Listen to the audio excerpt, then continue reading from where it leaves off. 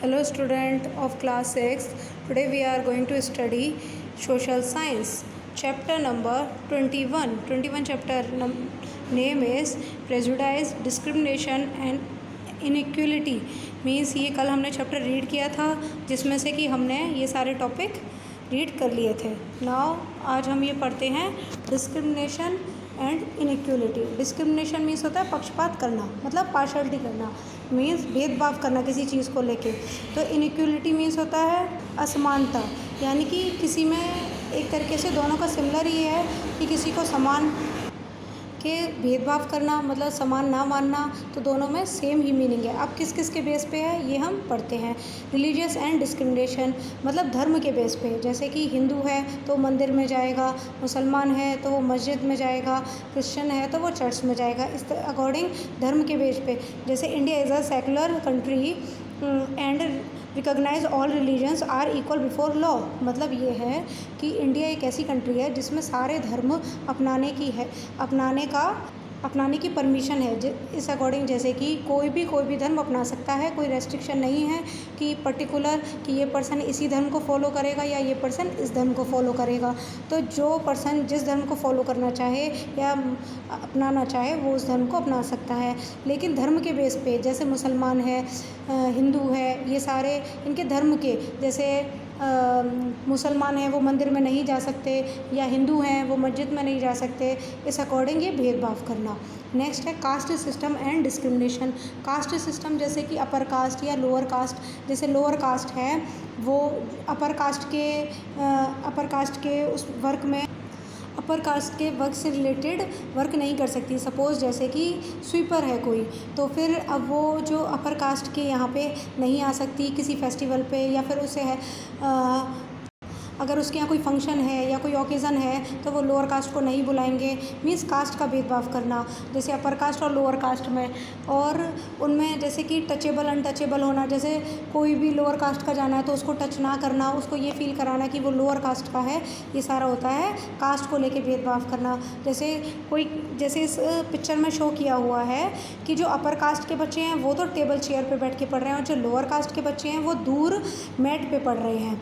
तो ये हुआ भेदभाव, मतलब डिस्क्रिमिनेशन एक तरीके से, कि टीचर जो रीड करा रहा है वो जो अपर कास्ट के बच्चे हैं उनको फुल फैसिलिटी दी जा रही है, वो टेबल चेयर पे और प्रॉपरली पढ़ रहे हैं. और जो लोअर कास्ट के बच्चे हैं वो भी उसी एज के बच्चे हैं, उनमें भी उतना माइंड लेवल है, लेकिन कास्ट डिफरेंट होने की वजह से उनको एक मैट दे दिया गया है और वो उन बच्चों से काफ़ी दूर होकर पढ़ रहे हैं. मीन्स उनको भी वो स्टडी मिल रही है लेकिन उनको वो फैसिलिटी नहीं मिल पा रही जो अपर कास्ट को मिल रही है.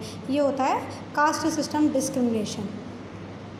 अब जैसे कि ये थे ज्योतिबा फुले, दयानंद सरस्वती, राजा राम मोहन रॉय, इन सब ने बहुत सारे ये कास्ट सिस्टम को दूर करने के लिए, जितना भी तरीके का डिस्क्रिमिनेशन होता है उन सबको दूर करने के लिए बहुत सारे प्रयत्न किए. मीन्स ट्राई किया कि जिससे कि, और बहुत सारे वर्क भी ऐसे किए. ये सारे हमारे सोशल रिफॉर्मर्स हैं जिन्होंने कि काफ़ी ज़्यादा जो लोअर कास्ट हैं या फिर जितनी भी तरीके की पार्शलिटी हो रही थी कास्ट को लेके या रिलीजियस को लेके, उसको काफ़ी कम कराया, जिससे लोगों में यूनिटी बनी रहे, सब एक साथ रहें और सब में अपनत्व की भावना रहे कि हम सब एक ही हैं और अनइक्वलिटी जो है उसको दूर किया जा सके. अब इसके बाद है racial diversity and discrimination. Racial diversity discrimination means भी होता है जाति है, जैसे कि जात के आधार पर कर देना. कास्ट और रेशियल अप्रॉक्सीमेटली सेम ही रहेगा.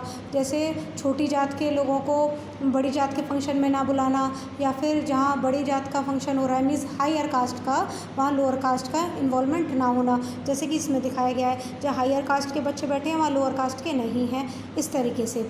नेक्स्ट है gender disparity and discrimination. Gender means girls and boys को लेके, जैसे कि बहुत सी ऐसी अपॉर्चुनिटी होती हैं जिसमें कि बॉयज़ को ही प्रायोरिटी दी जाती है, गर्ल्स को नहीं दी जाती. गर्ल्स को ये माना जाता है कि इनकी एजुकेशन एक लिमिटेड होनी चाहिए, ओवर एजुकेटेड नहीं होनी चाहिए.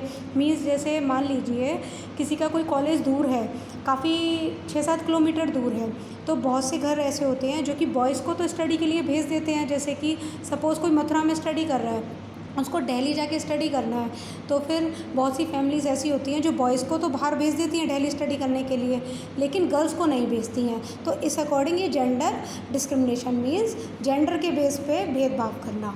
नेक्स्ट है economic inequality and discrimination. Economic यानी कि जैसे अमीर और गरीब का, जैसे फाइनेंशियली करना, इनकम के बेस पे।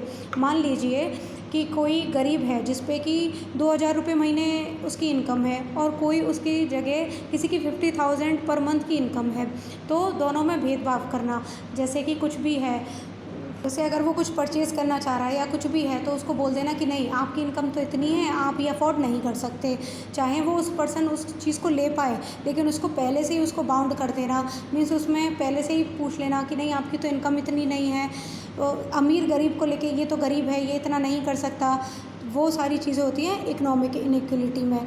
मीन्स अमीर और गरीब का जो भेदभाव होता है, जो फाइनेंशियली जो इनकम को लेके होता है, वो होता है इकोनॉमिक इनइक्वलिटी में। अब होता है striving for equality. Striving for equality means ये है प्रयत्न किए, मतलब ये ट्राई किया, किसने किया? डॉक्टर भीमराव अंबेडकर ने ट्राई किया कि जो ये भेदभाव हैं ये सारे कम हो और लोग सब एकता की भावना से, जैसे हमारी इंडिया है, इंडिया में सारी चीज़ को करने की, सब चीज़ की परमिशन दी हुई है, तो उसमें ये कास्ट सिस्टम है या फिर ये सारी पार्शलिटी है, ये सब नहीं हो, इसके लिए उन्होंने काफ़ी ज़्यादा ट्राई किया, जिसमें कि उन्होंने क्या किया, उन्होंने फंडामेंटल राइट्स बनाए। फंडामेंटल राइट्स में क्या है? जैसे राइट टू इक्वलिटी, सबके पास इक्वलिटी मीन्स इसमें ये शो किया गया कि जितने भी इंडियंस हैं वो सारे इक्वल हैं। इसमें ये नहीं है कि ये इस कास्ट का है तो इसको ये फैसिलिटी नहीं मिलेगी, या ये इस कास्ट का है तो इसको ये फैसिलिटी नहीं मिलेगी। जैसे इस पिक्चर में शो किया गया है, हिंदू, मुस्लिम, सिख, ईसाई, ये तीनों ही एक साथ हैं, जो कि एक सॉन्ग गा रहे हैं, शोइंग रिलीजियस इक्वलिटी। मीन्स ये एक रिलीजियस इक्वलिटी को शो कर रहे हैं कि सब में एक यूनिटी है, एक एकता है। तो राइट टू इक्वलिटी मतलब एक समान रहने का अधिकार। नेक्स्ट है राइट टू फ्रीडम, सबको स्वतंत्रता दी हुई है कि कोई किसी भी स्टेट में जाके रह सकता है, कोई भी रिलीजियस एक्सेप्ट कर सकता है, वो सारी। अब राइट अगेंस्ट एक्सप्लॉयटेशन मीन्स अगर किसी के प्रति कोई दोहन, जैसे कि किसी को नीचा दिखाया जा रहा है, जैसे कि स्वीपर है, उसको टोंट किया जा रहा है कि आप तो स्वीपर हो, आप ये टच मत करो, वो टच मत करो, तो उसके लिए भी लॉ बनाया गया है कि वो अपनी बात को रख सकता है कि इन लोगों ने हमसे ऐसे कहा है। तो ऐसा नहीं कि उसको मतलब उसकी बात नहीं सुनी जाएगी या नज़रअंदाज किया जाएगा, वो सारी चीज़ें इस फंडामेंटल राइट्स के थ्रू वो अपनी बात को कह सकता है। Right to freedom of religious, right to freedom of religious means है किसी भी धर्म को अपनाने की स्वतंत्रता। मीन्स हिंदू अगर चाहे तो कोई मुस्लिम का धर्म अपना सकता है, मुस्लिम चाहे तो कोई हिंदू का धर्म अपना सकता है। ये हो गया right to freedom of religious. Cultural education right, मतलब कोई किसी भी कल्चर को एक्सेप्ट कर सकता है। कोई पंजाबी है और वो हरियाणवी पहनना चाहे तो वो हरियाणवी पहन सकता है, हरियाणवी ड्रेस कल्चर को एक्सेप्ट करना चाहे या रीति रिवाजों को एक्सेप्ट करना चाहे तो वो कर सकता है। एजुकेशन राइट मीन्स अब हम मथुरा में रहते हैं और हम चेन्नई जाके स्टडी करना चाहें तो हम चेन्नई जाके स्टडी कर सकते हैं। ऐसा नहीं है कि कोई बाउंडेशन हो कि हम मथुरा में हैं तो हम सिर्फ मथुरा में ही स्टडी करेंगे, ये होता है एजुकेशन राइट। नेक्स्ट है right to constitutional remedies means ये है, इसमें बहुत सारे ऐसे लॉ बने हुए हैं जिसकी हेल्प से अगर कोई किसी के लिए कोई किसी को दबा रहा है, मीन्स अगर कोई लोअर कास्ट है या कोई पुअर पर्सन है या किसी भी तरीके से उसको वो राइट्स नहीं मिल पा रहे हैं जो कि उसके हैं, क्योंकि सबके राइट्स इक्वल हैं, तो वो राइट टू कॉन्स्टिट्यूशन रेमेडीज़ के थ्रू वो अपने राइट्स को मांग सकता है, मतलब ले सकता है। उसको ये फ्रीडम होती है कि वो अपने राइट्स ले सकता है। मीन्स इंडिया में ये फैसिलिटी है कि सबको इक्वल है, किसी के साथ कोई पार्शलिटी नहीं है, सबको फ्रीडम है, रिलीजियस की है, एजुकेशन की है, कल्चर की है, इक्वलिटी की है, सारी तरह की जो फ्रीडम है वो सारी हमारे इंडिया के फंडामेंटल राइट्स में है। ये सारा था हमारा इस चैप्टर के बारे में, जो आई होप आप सबको ये सब समझ आया होगा। Thank you, have a nice day.